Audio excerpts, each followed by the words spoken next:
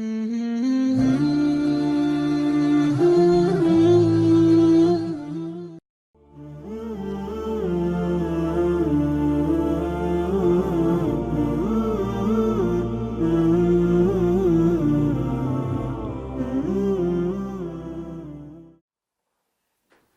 a very beautiful story, very moving story that I would like to share with you.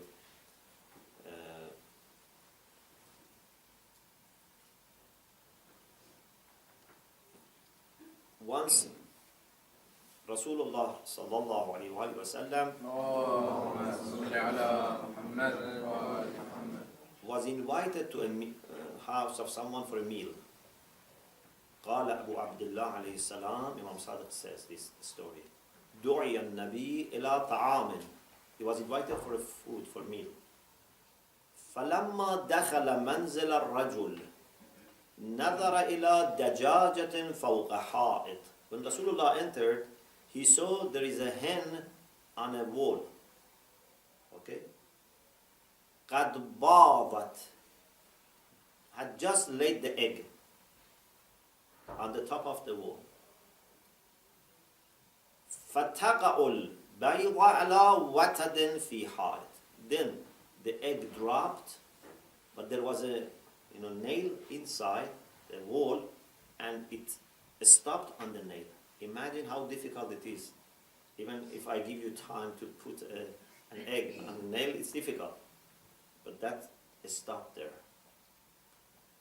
وَلَمْ تَسْقُطْ وَلَمْ تَنْكَثِرْ فَصَبَطَتْ عَلَيْهِ وَلَمْ تَسْقُطْ وَلَمْ تَنْكَثِرْ. It stood there, it didn't drop, it didn't break. فَتَعَجَّبَ النَّبِيُّ صلى الله عليه وآله وسلم منها. Rasulullah was surprised. فَقَالَ لَهُ الرَّجُلُ.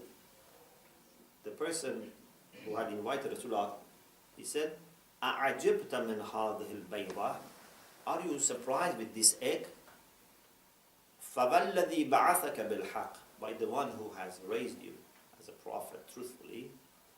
مَا رُزِقْتُ شَيْئًا قَطُّ. So far I have never had any bad event in my life. I have never suffered. Nothing bad has happened. Nothing even is broken in my house. Nothing is wasted. Nothing is lost. No illness. Nothing. So he said this maybe with a sense of pride, or a sense of being especially treated by Allah. فَنَّحَضَ رَسُولُ اللَّهِ صَلَّى اللَّهُ عَلَيْهِ وَآلِهِ وَلَمْ يَأْكُلْ مِنْ طَعَامِهِ شَيْئًا. Rasulullah immediately stood up and didn't eat anything and wanted to leave. And then before leaving he said, مَنْ لَمْ يُرْضَعْ فَمَا لِلَّهِ فِيهِ مِنْ حَاجَةٍ. If someone has not seen any suffering in his house, it means that Allah has nothing to do with him. Allah has left him to himself. How it comes that you have never had any problem? So, it's not logical to think that not to have a problem is a sign of being a good person. And if you have a problem, if you have illness, if you have poverty, it means that you are a bad person. No, you cannot judge like that. So, the Quran tells us that actually there is a possibility that Allah subhanahu wa ta'ala may give much of dunya or keep away from them the difficulties if they are people who are just attached to dunya.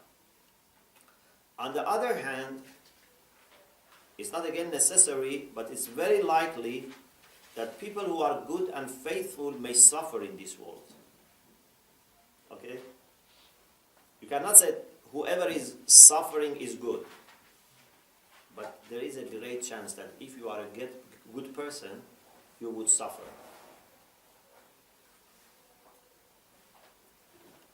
ذكر عند أبي عبد الله عليه السلام البلاء. There were some people with Imam Sadiq alayhi salam, and a mention was made about bala, about tests and trials and calamities. And what Allah does with mu'mineen. Then Imam Sadiq said, Su'ila Rasulullah. Su'ila Rasulullah. Rasulullah was asked, Man ashaddu nas bala'an fi dunya. who are the people who have greatest calamities in dunya? Who are the people who suffered more and have greatest calamities? And Rasulullah replied, An-Nabiyyun. The people who had the greatest calamities were the prophets. ثُمَّ الْأَمْثَلُ فَالْأَمْثَلُ. Then there were those who were closer to them. They had greater. So the prophets had the greatest. Then after the prophets, those who were closer, those who resembled them the most, they had more difficulties. Then Rasulullah said, وَيُبْتَلَى الْمُؤْمِنُ بَعْدُهُ عَلَى قَدْرِ إِيمَانِهِ وَحُسْنِ أَعْمَالِهِ. After them, when it comes to mu'mineen, so after Rasulullah and those who are very close to the Prophet, after prophets and those who are very close to the Prophet, then we have ordinary mu'mineen. Depending on how strong is their iman and how good is their actions, they will also go through calamities. فَمَنْ صَحَّ إِيمَانُهُ وَحَسُنَ عَمَلُهُ اشْتَدَّ بَلَاؤُهُ. Those who have good iman, a strong iman, good aqidah, good understanding, and good action, their calamities increase. وَمَنْ سَخُفَ إِيمَانُهُ وَضَعُفَ عَمَلُهُ قَلَّ بَلَاؤُهُ. But those whose iman is weak and their actions are weak, they will have less calamities. Even there is a hadith that Imam Sadiq alayhi salam says, Allah has some special servants. Inna lillahi azza wa jal ibadan fil ard. Allah has some servants on the earth, min khalis ibadih. These are very pure servants of Allah. What happens to these people? Does Allah give them all the privileges? No. These are very special, very pure, very sincere. ما ينزل من السماء تحفة إلى الأرض إلا صرفها عنهم إلى غيرهم. Nothing good comes from heaven to the earth unless Allah sends away from them. Allah doesn't want them to be, for example, very rich, very comfortable. وَلَا بَلِيَّةٌ إِلَّا صَرَفَهَا إِلَيْهِمْ. No problem comes except that goes to them. But these are special people, because not every moment can cope with this. But there are people that they suffer so much. People don't appreciate them, family, friends, illness. This can be, I'm not saying necessarily, you cannot judge, but this can be a sign of this person being very special.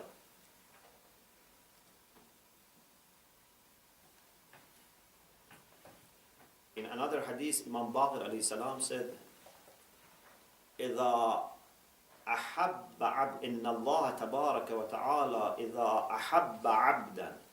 When Allah subhanahu wa ta'ala loves a servant, غَثَّهُ بِالْبَلَاءِ غَثَّا وَثَجَّهُ بِالْبَلَاءِ ثَجَّا. Allah subhanahu wa ta'ala will shower calamities upon him. فَإِذَا دَعَاهُ. When he then calls, he prays to Allah, he asks for relief. قَالَ لَبَّيْكَ عَبْدِي. Allah says, my servant, here I am. لَإِنْ عَجَّلْتُ لَكَ مَا سَأَلْتَ إِنِّي عَلَى ذَلِكَ لَقَادِرٌ. If I want to bring you quick relief and remove all these calamities, I can do that. وَلَئِنِ ادَّخَرْتُ لَكَ فَمَا ادَّخَرْتُ لَكَ فَهُوَ خَيْرٌ لَكَ. But if I don't give you what you want now and I save it for you, it would be better for you. So do you want to continue being patient and then save everything for the time that you would need more? Or you want me to give it now? You understand? Like a person who is, for example, maybe a person who is ill, maybe you have a child or little brother or sister who is ill, and he must not eat something. Okay? Keeps insisting, giving me this, giving me this, giving me this. You say, okay, I can give you, I don't have any problem. But if I don't give you now, it's better. I can give you after a few days when you are better off. Or for example, a person who is addicted and wants to stop. Okay? Sometimes, even they have to somehow fasten them with rope because they will go after it. In some clinics, sometimes, they control them. It is not an act of love if a person who is in that situation and, says, give me, for example, drug. If you give him that drug, he will never be able to stop. So sometimes it's very difficult to see a person in that condition suffering, but when you know it's better for them, then you can just let them, be patient till they can come successfully out of it. But then, when someone goes through these problems and remains patient, he would achieve a lot. Not only he would achieve a strength and independence in his or her character, but also he would achieve a lot in the hereafter, which is more important. Look at this beautiful hadith from Imam Sadiq alayhi salam. Abdullah ibn Abi Ya'fur, he is a companion of Imam Sadiq alayhi salam, and he was very ill. He had all the illness. So he says, "Shakawtu ila Abi Abdullah alayhi salam ma alqa min al-awja'." He said, I complained about my illnesses. Wa kana misqaman. He was a person who was very ill. فَقَالَ لِي يَا عَبْدَ اللَّهِ. Imam Sadiq told me, oh Abdullah, because his name was Abdullah ibn Abi Ya'fur. His name was Abdullah. لَوْ يَعْلَمُ الْمُؤْمِنِ مَا لَهُ مِنَ الْمَصَائِبِ. If a believer, what he would be given in the place of suffering. You are ill, you are poor, whatever suffering you have difficulties in family, in work. If you know what you would be given for this suffering, لَتَمَنَّى أَنْ يُقْرَضَ بِالْمَقَارِيضِ طُولَ عُمْرِهِ. He would wish that his body was made into pieces by Caesar. When he sees how much he has been given for suffering, he says, I wish I had suffered more, because that is what is making me now very rich in Akhirah. For example, there are people who are ill like this, I said. There are people who lose their dear ones. Imam Sadiq alayhi salam says, if your child dies, وَلَدٌ وَاحِدٌ يُقَدِّمُهُ الرَّجُلُ. If one of your child dies when you are alive, أَفْضَلُ مِنْ سَبْعِينَ وَلَدٌ يَبْقُونَ بَعْدَهُ يُدْرِكُونَ الْقَائِمَ عَلَيْهِ السَّلَامِ. It's better for you than having 70 children who die after you, who are companions of Imam Zaman.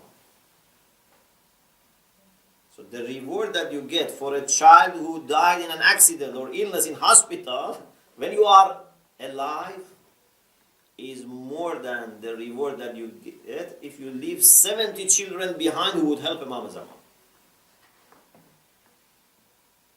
Why? Because when you are alive and he dies, there is suffering and pain. After I die, what happens to them is not bringing any pain to me. Like for example, a person who gives money, £1 when he's alive, is better than saying that when I die, give £1,000 to so and so. When you are alive and you have attachment to this, you love this, you have to give. There's a story that a person, a Muslim, had died and he made wasiyah, a will, that after I die, my property, my money, he had lots of dates.